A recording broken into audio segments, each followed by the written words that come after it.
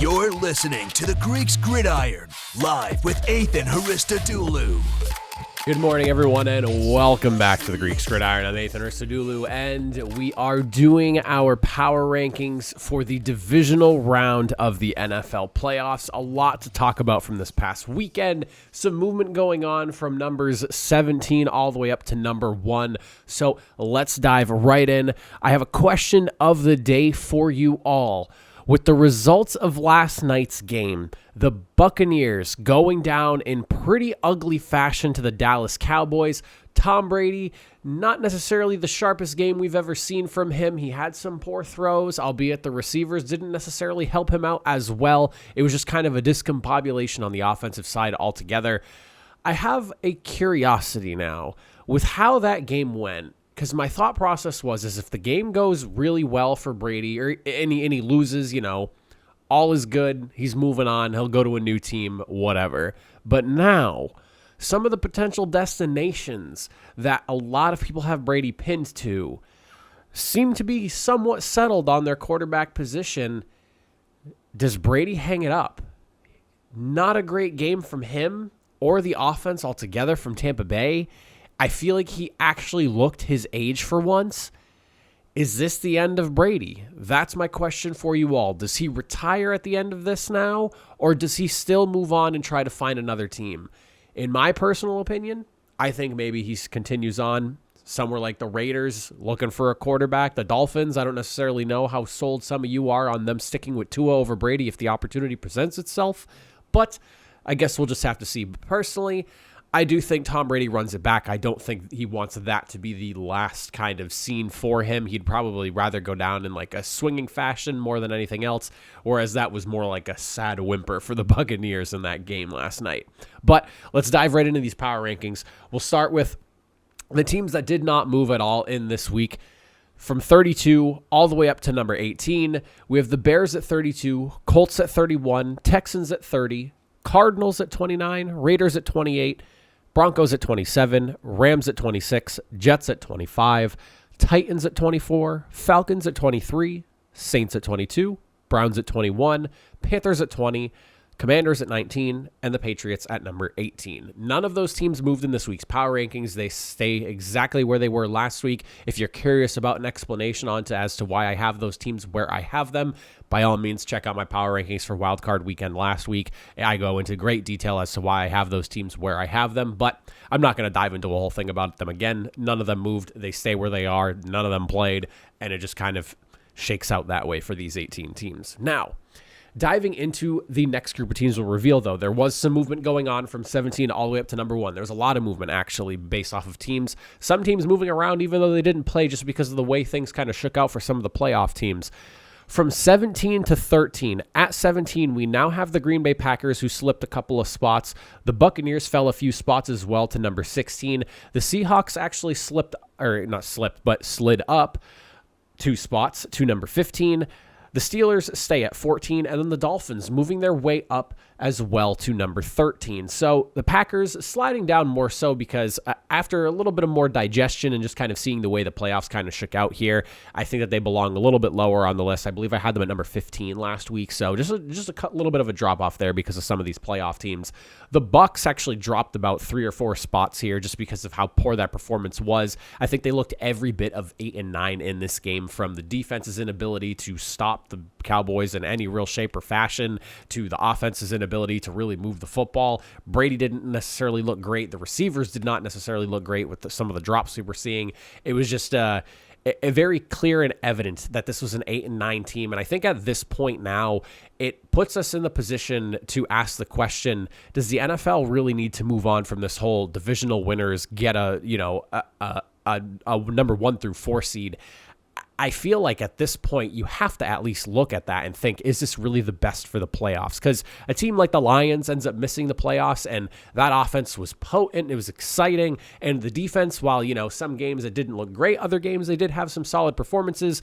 So, I mean, do you really think that the Lions couldn't have at least put up a better fight than that 8 and 9 Buccaneers team? I personally think they could have. It was just ugly to watch in a sad way to end what was a really fun wild card weekend.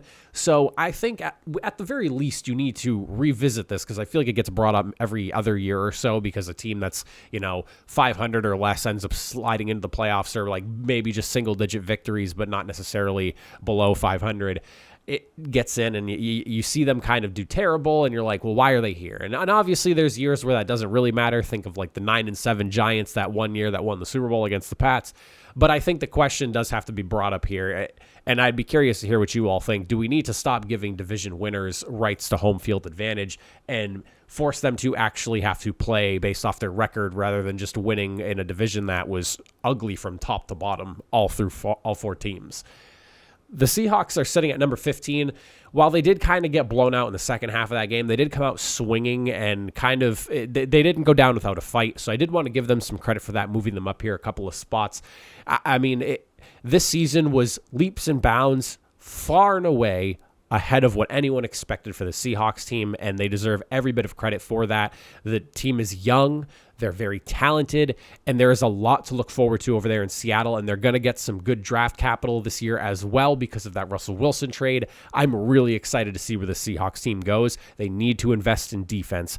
Offense could use just a little bit more work on the O-line, but you have the skill players. You have a quarterback who was the most accurate in the league this year. He set the season record for passing yards as well for the Seattle Seahawks. Go all in on the defense, keep working on that unit there, and I think you have a strong playoff contender going into next season. Steelers stay at number 14. Nothing changes with them. They stay where they are. And then the Dolphins at number 13. They actually moved up here about 4 or 5 spots, if I'm remembering correctly. This was an impressive game from them against Buffalo, taking advantage of the opportunities that presented themselves to turn the ball over, and they had the Bills in a chokehold for literally, I would say, 56, 55 minutes of that game. You had everyone in Buffalo sweating. I cannot believe how close that game came down to.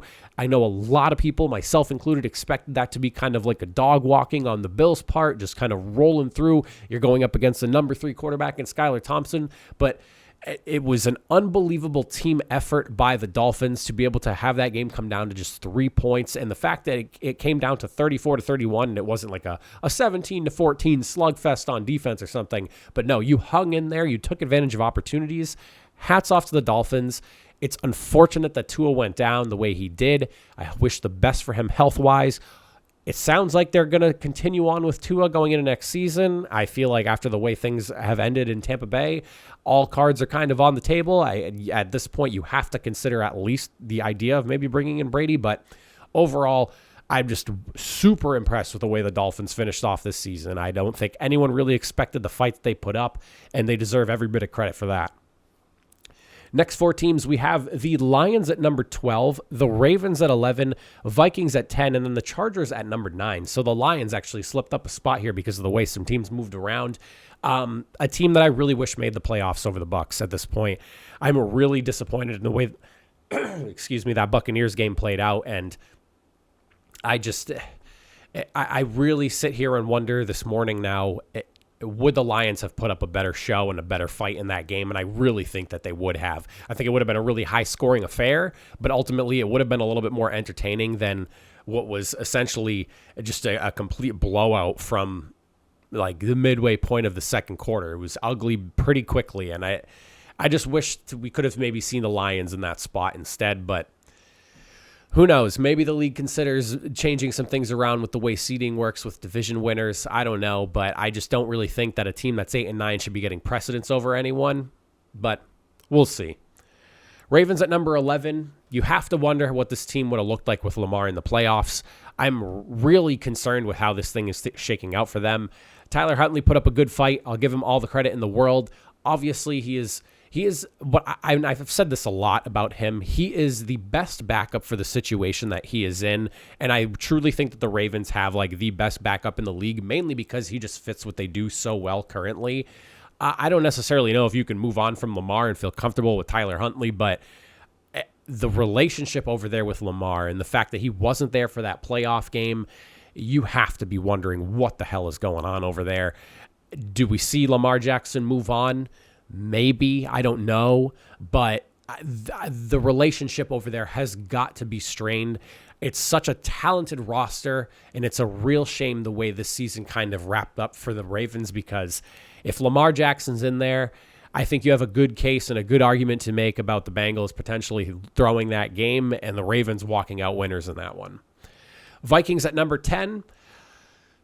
The defense, they lived and died by it. It was one of those things where the defense just had a really hard time all season long, especially defending the pass. Daniel Jones had probably the game of his career, 300 yards to the air. He had 70-plus yards on the ground, a couple of touchdowns to boot as well. I mean, it's one of those things that's probably not even probably, it's got to be their main focus going into the offseason. You got to shore up that secondary. You have a great leadership over there, but athleticism and it's also like a semi-young group as well, because you brought in some talent this year, but I think you need to continue to do so. We need to focus on the pass rush, focus on that secondary, get a little bit better there, and just hopefully next year your offense is humming the way it was. I know that there were injuries on the offensive line through the year, but overall, this is a team that if they can just figure out the defensive side of the ball, they can be so good, and they won't be getting a first-round exit. I had the Vikings winning that game. I really thought they could have gotten it done, but, hiccups on offense, the defense just really struggling against a Giants team that maybe has caught a little bit of fire now, but has not necessarily been the most prolific offense all year long. All respects to the Giants for what they're doing right now, but I'm going to be a little candid here. And you're not going to win playoff games with the defense bending over the way they have. So hopefully they do something there. And also I'm curious, you Vikings fans, how you felt about that 3-yard pass to TJ Hawkinson at the end of the game there. Instead of trying to push the ball past the down to go mark, I really cannot believe that it was just kind of dumped off to Hawkinson like that. I felt like that was a deflating way for that game to end. So we'll see where the Vikings go from here, but great season by them. Unfortunate end to it. But again, you kind of lived and died by the defense that you had, which was just not necessarily the best, and your luck finally ran out, and it was unfortunate that it was in the playoffs. Chargers are sitting at number 9, and, one of the uglier collapses we've ever seen in NFL history. You're up 27-0, and you just completely fall apart. I will say this, that halftime score, and even before the Jaguars got that first touchdown, I feel like the score was kind of a little bit deceiving. The Chargers caught some breaks, tipped passes, and just like the first 2 interceptions Trevor Lawrence had, while great plays by the defense. Asante Samuel was playing out of his goddamn mind, and I think that the Chargers kind of lucked out being as far ahead as they were, because minus those turnovers, when you start to really look at it, was not necessarily the greatest day offensively for the Chargers. They just took advantage of some really good opportunities, but something's got to go, and I'm really thinking it's Brandon Staley. If you have the opportunity to bring in Sean Payton for this team, he's a Super Bowl winning coach. He made Breeze one of the best quarterbacks in the NFL's history. I really think you've got to consider moving on from Brandon Staley. It just feels like he doesn't know what he wants to be. He struggles pulling the trigger when it matters most, and I'm really concerned about him in the long term, having Justin's career in his hands.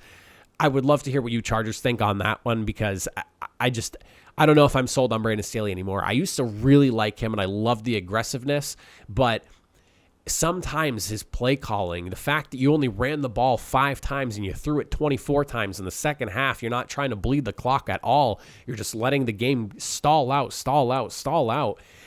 You gotta, finish putting the dagger in, put the team away that you're playing. And a lot of questionable decision making in that second half is left me kind of lost for words here. The Giants are sitting at number 8 for me. I have the Jaguars sitting at 7, Cowboys at number 6, and then the Buffalo Bills at number 5. So not a ton of movement here. Jaguars at 7, Cowboys at 6, and Bills at 5 sit where they are.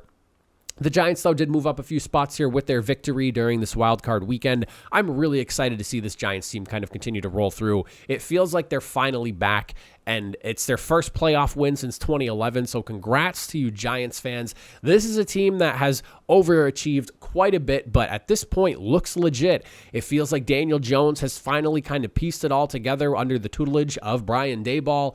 The stability from the coaching staff, and you're getting the absolute most out of some of your players. I mean, the revival of Saquon Barkley, your receiving core starting to actually feel like it's putting itself together now.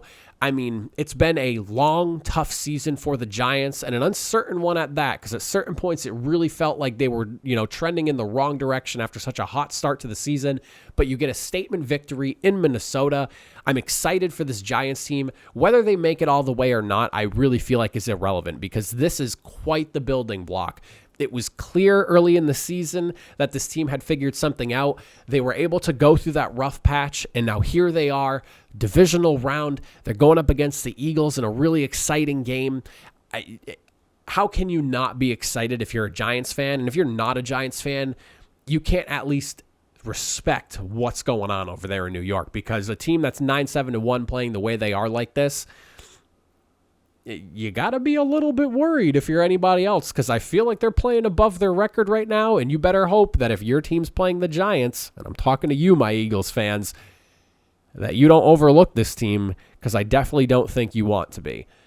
The Jaguars stay at number 7. Very impressive comeback. A little bit worried with the amount of turnovers we saw from Trevor Lawrence, but I was really impressed with the way he bounced back in that second half. I mean, that's exactly what you want to see from a franchise number 1 overall selection, and I think he looked every bit the part. He did, and for a guy that was heralded as like the next Andrew Luck, essentially, I think you got a little bit of a glimpse of that in this game here, where you're down really bad, but Trevor Lawrence did not give in. Loved the Waffle House thing with him going out and just being like a regular old guy with some of his boys after the game. The Jaguars' future is very bright. This is another team that, regardless of what happens here, there is just a lot to be excited about. And I'm somebody that grew up rooting for the Colts, but I'm really pulling here for the Jaguars, and I'm really pulling for Trevor Lawrence. I was very excited to see him coming out of college, and he's starting to really look every bit of the part. And it's insane to me what a little bit of stability at coaching in all shapes and forms did for this team, because you went from what was an awful team to watch to now you're in the divisional round, marking the 3rd best comeback in NFL playoff history. This is a lot of exciting storylines right now in the playoffs, and the Jaguars are certainly a part of it. The Cowboys at number 6, you did exactly what you should be doing to an 8-9 team.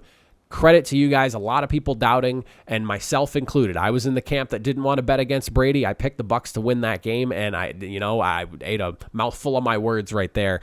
Cowboys looked every bit of the part. They took advantage of a down-and-out team, and you won the game exactly the way you should have against a team that's 8-9. You went in their house, and you basically just ripped their hearts out. So major credit goes to the Cowboys there. It's on to the 49ers for you guys. And then the Bills at number 5.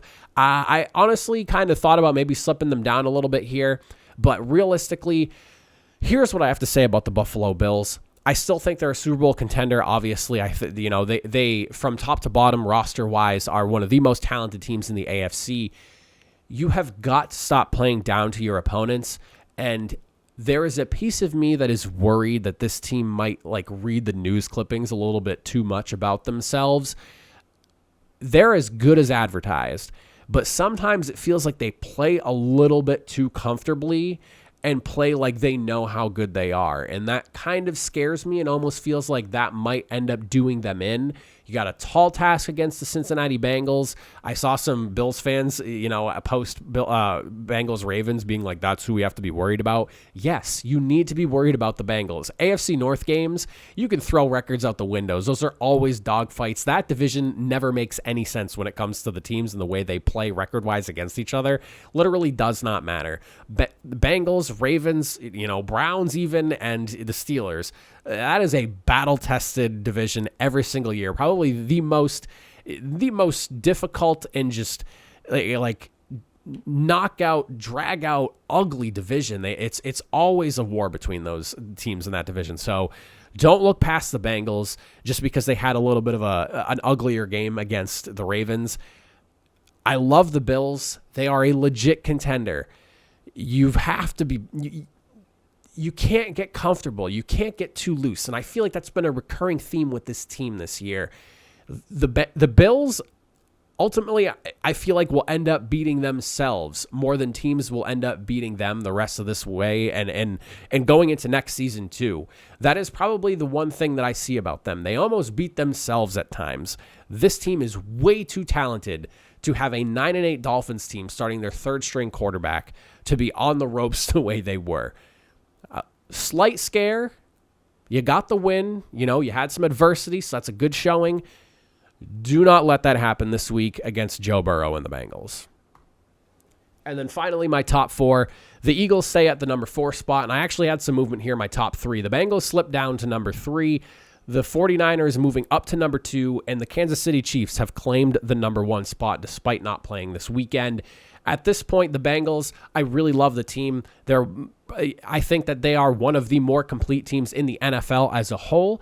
A little bit worried with just how much they struggled against the Baltimore Ravens. And while I know I just kind of went in on the whole, you can kind of throw the records out of the window when it comes to the AFC North games. At the end of the day, this is a team that was, starting a backup quarterback, and you would have liked to see this game not be reliant upon a record-setting fumble return touchdown for the Bengals to come away with a victory. But ultimately, it was a fun game. It was an exciting game. Really good defense altogether. I just, slight little bit of loss in confidence with the way that game kind of shook out in them, and it's hard for me to consider them the best team as I had them ranked going into last week's power rankings after a shakier game against, I would say, a lesser opponent, just considering the situation that they were in.